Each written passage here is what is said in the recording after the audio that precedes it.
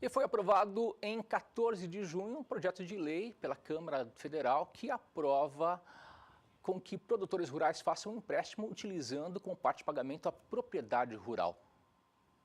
Com o novo projeto, cria-se uma sigla que é a CIR, Cédula de Identidade Rural, de Imobiliária Rural.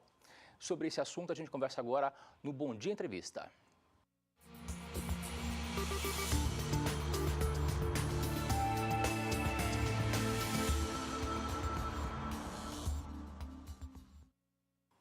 E essa nova sigla, a Cédula Imobiliária Rural, vai fazer com que o produtor rural consiga dar de garantia a sua propriedade rural como parte de pagamento em um empréstimo. Ô João, muito bom dia. Bom dia.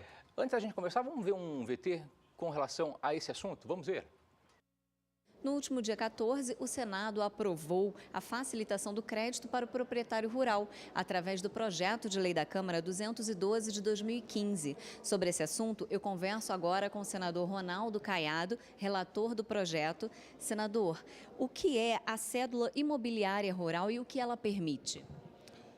Olha, isso é uma matéria que vem tramitando a longo prazo e que ela vai promover uma modificação completa na vida do produtor rural, que antigamente ele precisava de dar em garantia uma dívida, todo o imóvel, toda a propriedade, toda a escritura era vinculada. Agora, ele pode construir com este projeto que foi aprovado no Senado e retornou à Câmara, e acredito que será aprovado também nos próximos dias, irá à sanção, ele poderá ter o fatiamento da propriedade. E com isto, ele poderá criar uma cédula específica em que ela vai ser suficiente, registrada em cartório, lógico, podendo ser comercializado na bolsa, mas vai ser suficiente para poder garantir o empréstimo. Então, isto produz um resultado que chama-se criar um patrimônio de afetação. Seria aquela parte específica que faria a garantia do imóvel. No decorrer do tempo, tá certo? Este valor poderá ser também rediscutido e esta cédula poderá ser também, vamos dizer, afetada numa menor fatia da propriedade. Ou seja, é uma maneira de você não bloquear o produtor rural de novos empréstimos e, ao mesmo tempo, você dar a ele uma capacidade de garantir àquele que realmente faz o empréstimo, aonde essa cédula ela está registrada em cartório, ela pode ser comercializada na bolsa e, ao mesmo tempo, se o proprietário não quitar aquilo na data certa, aquela fatia, aquela área afetada da sua propriedade passa a ser patrimônio de quem ali fez o financiamento.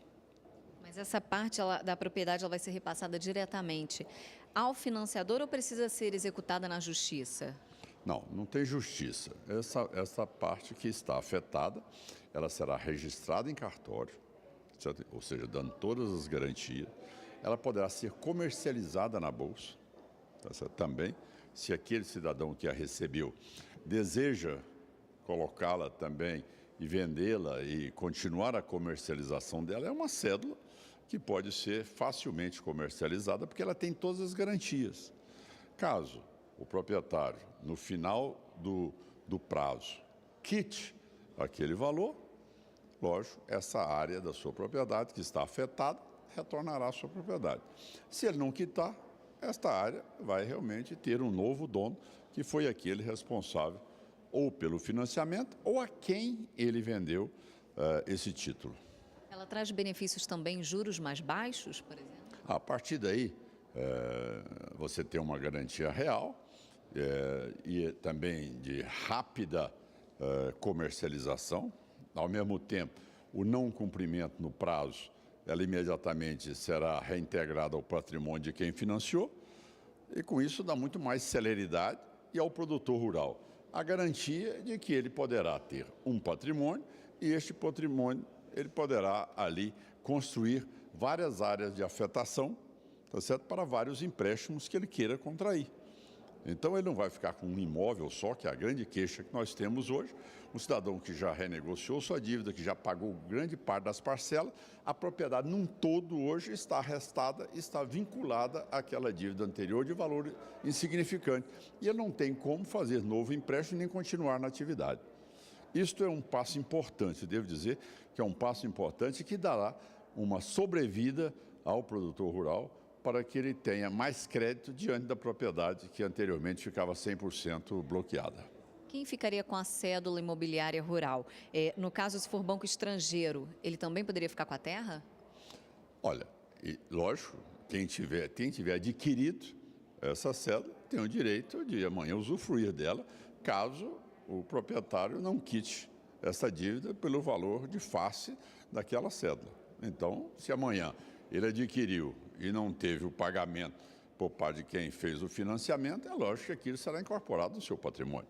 Seja ele quem for que adquiriu amanhã títulos em qualquer uma das empresas no Brasil, seja ela no setor rural, seja ela na área da indústria, do comércio, na verdade, desde que esteja na Bolsa, ela será proprietária daquele que realmente tem, a partir dali, um número X de ações ou pelo menos uma área daquela propriedade. Tá certo. Muito obrigada pela entrevista, senador Ronaldo Caiado. Camila Xavier para o SBA.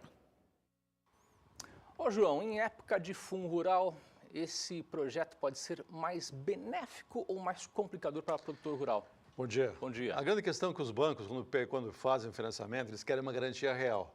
Eles querem a garantia real, então, se o proprietário tem apenas uma matrícula, ele vai financiar uma fazenda que vale 4, 5 milhões de reais, vai financiar 200, 300 mil reais, fica hipotecado em primeiro grau.